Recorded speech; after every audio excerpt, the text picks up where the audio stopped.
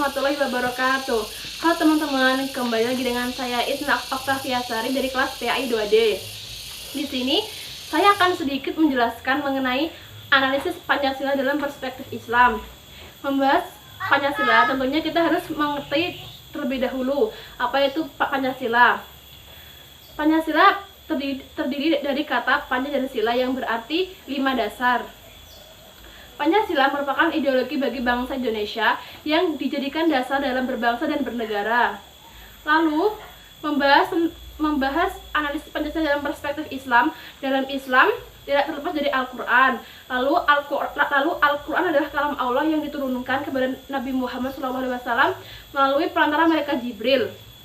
Al-Quran dijadikan sumber hukum nomor 1 dalam Islam. Dalam Al-Quran terdapat 6 isi pokok yang meliputi akidah, ibadah dan muamalah, akhlak, hukum, sejarah atau kisah masa lalu, dan dasar-dasar ilmu pengetahuan. Lalu selanjutnya saya akan membahas sila per sila dari Pancasila. Yang pertama adalah sila ketuhanan yang Maha Esa. Ketuhanan yang Maha Esa dapat diartikan bahwa bangsa Indonesia memberikan kebebasan untuk memeluk agama dan menjalankan ibadah sesuai dengan kepercayaan masing-masing. Selain itu, ketuhanan yang Maha Esa bisa juga dimaknai bahwasannya negara Indonesia tidak memaksakan untuk memeluk satu kepercayaan atau agama, melainkan bangsa Indonesia memberikan kebebasan untuk memilih agama dan kepercayaan yang ada. Hal ini tercantum di dalam Al-Quran surat Al-Baqarah ayat 256.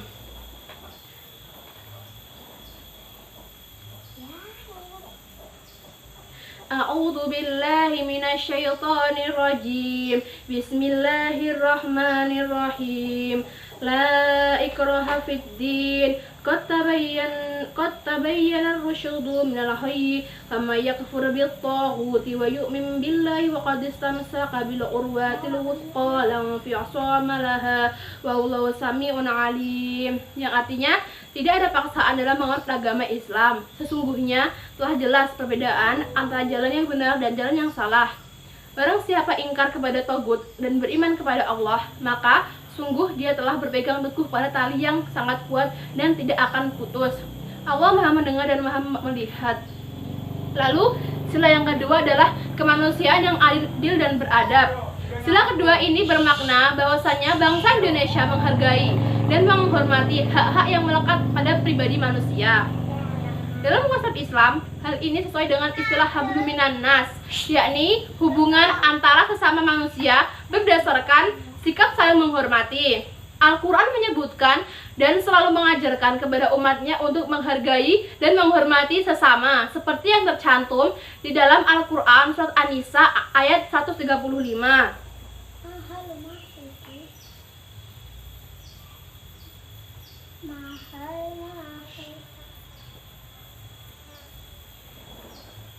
Yang bunyinya A'udzu billahi minasyaitonir rajim. Bismillahirrahmanirrahim. Ya ayyuhalladzina amanu kunu qawwamina bil qisti syuhada'a lillahi walau ala anfusikum awil walidaini wal aqrabin. Iyakun ghainiyan aw fiqara aw fakiran fallahu awla bihima.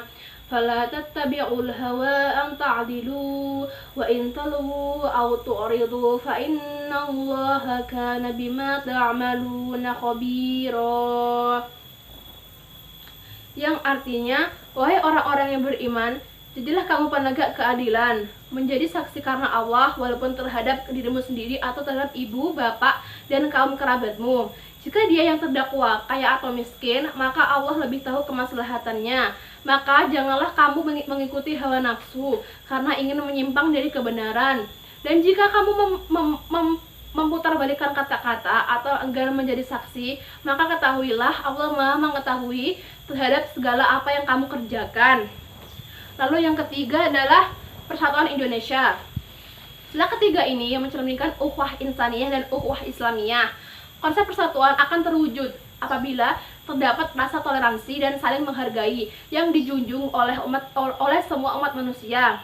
Di dalam Al-Quran dijelaskan bahwasanya Allah menciptakan manusia dari berbagai suku dan bangsa agar kita saling mengenal.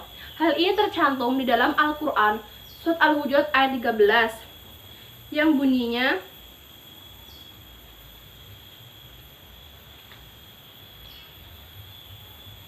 Ya a'udzu billahi minasyaitonir rajim. Bismillahirrahmanirrahim.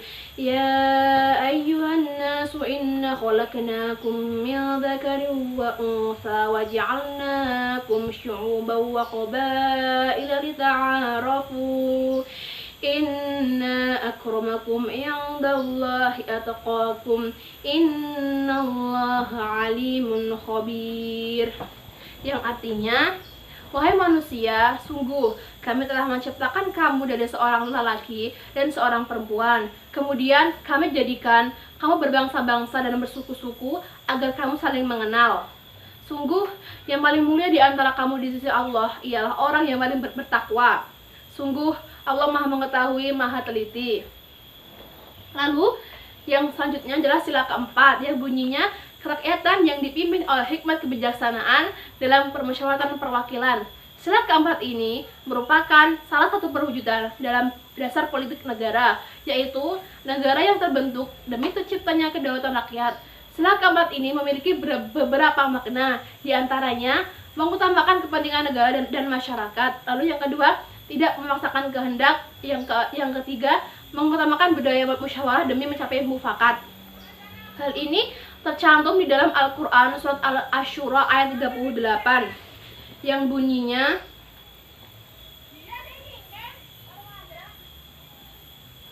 A'udzu billahi minasyaitonir rajim. Bismillahirrahmanirrahim. فإن أعرضوا فما أرسلناك عليهم حفيظا إن عليك إلا البلاغ وإنا إذا أذقنا الإنسان منا رحمة فرح بها وإن تصبهم سيئات بما قدمت أيديهم فإن الإنسان كفور. Yang artinya, dan bagi orang-orang yang menerima mematuhi perseruan Tuhan dan melaksanakan sholat, sedang urusan mereka diputuskan dengan musyawarah antara mereka, dan mereka menginfakkan sebagian dari rezeki yang kami berikan kepada mereka.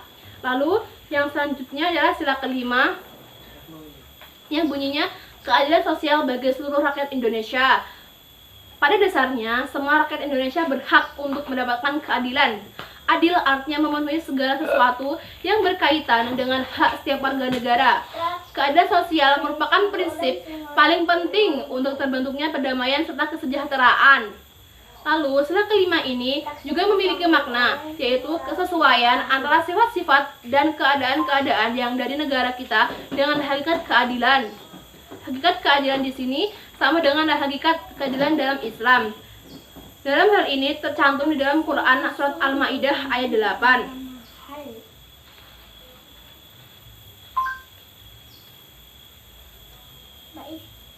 A'udzu billahi minasyaitonir rajim. Bismillahirrahmanirrahim.